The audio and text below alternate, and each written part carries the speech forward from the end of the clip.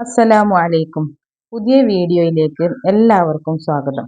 ഇന്ന് നമ്മൾ ഈ വീഡിയോയിൽ പരിചയപ്പെടുത്തുന്നത് നീ പോലും അറിയാതെ നിന്റെ കയ്യിൽ പൈസ വന്നു ചേരാനുള്ള ഒരു ദിക്റാണ്. അള്ളാഹുവിന്റെ നാമമായിട്ടുള്ള ഒരു നാമമാണ് നാം ഇവിടെ പരിചയപ്പെടുത്തുന്നത്. അള്ളാഹുവിന്റെ 99 നാമങ്ങളിൽ ഒരു നാമമായ യാ വഹാബു യാ അള്ളാഹ് എന്നതാണ് നാം ഇവിടെ പറയുന്നത്. ഈ ദിക്റ് പതിവാക്കി വരുന്നവർക്ക് സാമ്പത്തികം ഉണ്ടാകൽ അനിവാര്യമാണ്. തീർച്ചയായും നിങ്ങൾക്ക് സമ്പത്ത് വന്നു ചേരും ഇൻഷാ അള്ളാഹ്. വിശക്കുന്നവനും ദാരിദ്ര്യം കൊണ്ടോ മറ്റോ ബുദ്ധിമുട്ട് അനുഭവിക്കുന്നവൻ യാ വഹാബ് എന്ന നാമം പതിവായി ചൊല്ലിയാൽ അയാൾക്ക് വിശാലമായ ആഹാരം ലഭിക്കുന്നതും അയാൾ അറിയാതെ ബുദ്ധിമുട്ടുകൾ നീങ്ങി സുഖജീവിതം കൈവരുന്നതുമാണ്. അള്ളാഹുവിന്റെ ഈ നാമം ഇത്ര എണ്ണം എന്ന് നമ്മൾ കണക്കാക്കി പറയുന്നതില്ല. പക്ഷെ കൂടി ചൊല്ലാൻ എല്ലാവരും ശ്രമിക്കുക.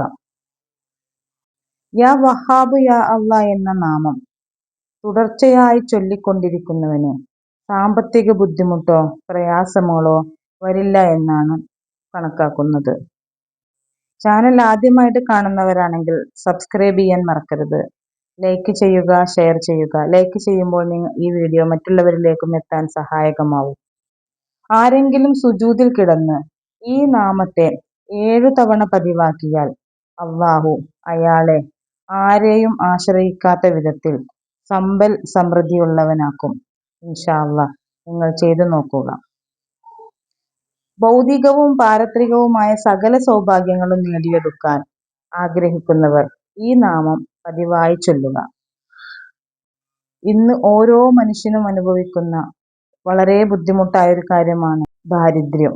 സുലൈമാൻ നബിക്ക് ഭൂലോക ഭരണവും മറ്റും ലഭിച്ചത് ഈ ദിക്റ് മൂലമാണ്.